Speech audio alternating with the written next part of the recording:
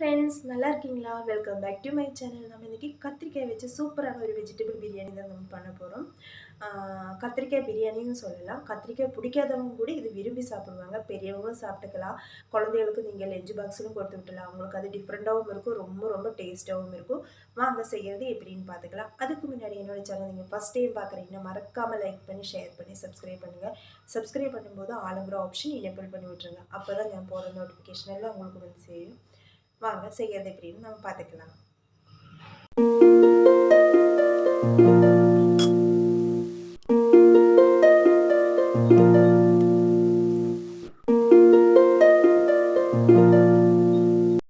அடுப்பு பற்ற வச்சு ஒரு கடாயை வைக்கும். அதில் ஒரு 2 டேபிள் ஸ்பூன் ஆயில் ஊற்றி, உங்களுக்கு விருப்பப்பட்ட எந்த ஆயிலாக இருந்தாலும் பரவாயில்ல, கொஞ்சம் கடுகு போட்டு, கடுகு கொஞ்சம் பொரிஞ்சு வருவோம். ஒரு 1/4 ஸ்பூன் சீரகத்தை போட்டுங்க. சீரகம் கொஞ்சம் நல்லா பொரிஞ்சு வருவோம்.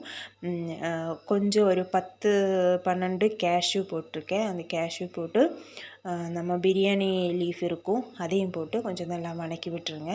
ஒரு மீடியம் சைஸ் அளவுக்கு பெரிய வெங்காயத்தை நீட்ட வகையில் கட் பண்ணி எடுத்திருக்கேன், அதையும் போட்டு ஒரு கொத்து கறிவேப்பிலை, ஒரே ஒரு பச்சை மிளகா நடுவால் கீறி வச்சுருக்கேன், அதையும் போட்டு நல்லா வணக்கி விட்டுக்கோங்க. அந்த வணக்கும்போது நல்லா ரொம்ப ஃப்ரை ஆக வேண்டாம், ஓரளவுக்கு கலர் சேஞ்ச் ஆன மாதிரி இருக்கணும். அதுக்கப்புறம் தான் மசாலா சேர்த்திடலாம். ஒரு 1/4 ஸ்பூன் மஞ்சத்தூள், ஒரு 1/2 spoon garam masala, 2 teaspoon chicken masala சேர்த்து நல்லா வணக்கிக்கோங்க. அதோட பச்சை வாசனை பார்த்திங்கன்னா அதோட பச்சை வாசனையெல்லாம் மாறுற வரைக்கும் நல்லா வணக்கி விட்டுருங்க.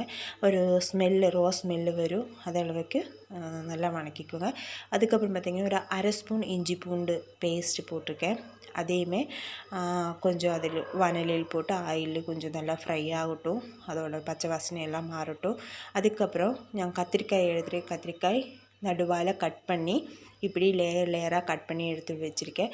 இது பார்த்திங்கன்னா டக்குன்னு வெந்துடும். அது இல்லாமல் கொஞ்சம் ஃப்ரையான மாதிரி இருக்கும்போது நம்ம சாப்பிட்றக்கும் நல்லாயிருக்கும். அதனால் ஒரு 1/4 கிலோ கத்திரிக்காய் தான் எடுத்திருக்கேன். அதையும் போட்டு ஒரு மீடியம் சைஸ் அளவுக்கு உருளைக்கிழங்கு நல்லா குட்டி குட்டியாக கட் பண்ணி போட்டிருக்கேன். உருளைக்கிழங்கும் சேர்த்து ஃப்ரை பண்ணி நம்ம இந்த பிரியாணி செய்யும்போது அது ரொம்ப டேஸ்ட்டு கொடுக்கும். கொஞ்சம் சால்ட்டு அதுக்குள்ளே போட்டு, அப்புறம் இந்த மசாலா எல்லாமே அதில் பெரளுற மாதிரி கொஞ்சம் நல்லா வணக்கி விட்டுக்கோங்க. அதுக்கப்புறம் கொஞ்சமாக நம்ம இந்த உருளைக்கிழங்கு நம்ம கத்திரிக்காயெல்லாம் கொஞ்சம் வேகணும். அதுக்கு அது மிதங்குற அப்படி கொஞ்சம் தண்ணியை ஊற்றி ஒரு 1/2 டம்ளர் தண்ணி போதும்.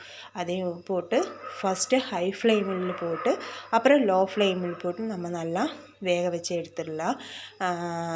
லோ ஃப்ளேமில் வச்சு வேக வைக்கும்போது அதோட எண்ணெயெல்லாம் நல்லா திரிஞ்சு மேலால் வந்திருக்கும். இதுதான் கரெக்டான பதம். நம்ம உருளைக்கிழங்கெல்லாம் நல்லா வெந்துடுச்சு.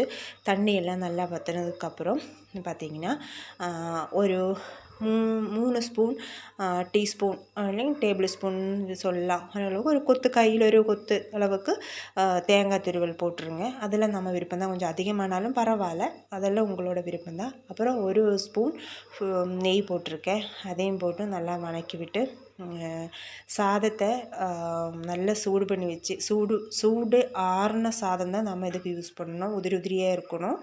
அப்புறம் ஆறின அந்த சாதத்தை உதிரியாக நம்ம இதுக்குள்ளே போட்டு நம்ம நல்லா மிக்ஸ் பண்ணி விட்டுடலாம். இதோட மசாலாவெல்லாம் அதில் ஒன்றுக்கு ஒன்று சேர்கிற மாதிரி நம்ம நல்லா மிக்ஸ் பண்ணி விட்டுடலாம்.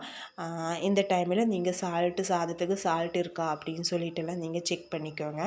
இதையும் போட்டு ஃபைனலாக கொத்தமல்லி தழை தூவி நாம் எடுத்துட்டாங்கன்னா சர்வ் பண்ணிக்கலாம். அது அவ்வளோ ஒரு டேஸ்டான நம்மளோட பிரிஞ்சால் பிரியாணி ரெடி ஆயிடுச்சு.